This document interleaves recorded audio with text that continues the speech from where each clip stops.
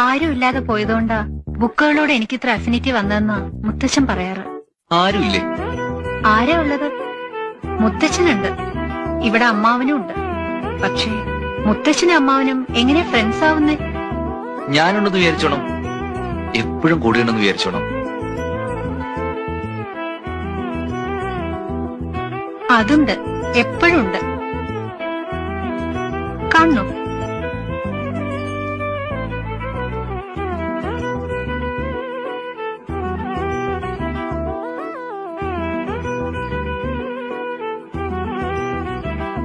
എനിക്ക് ആവശ്യം ഒരു മനസ്സിന് സ്വൈര്യമായിട്ടുള്ളൊരു സ്ഥലം. അപ്പൊ ഇതൊക്കെ കിടന്നോട്ടെ, നിങ്ങൾക്കൊക്കെ എന്തെങ്കിലും ഒരിക്കൽ വരുമ്പോ ഇടയ്ക്ക് തുറന്ന് കാണാം. ഞാൻ താമസിച്ച സ്ഥലമാണ്, ഞാൻ കരഞ്ഞ മുറിയാണ്.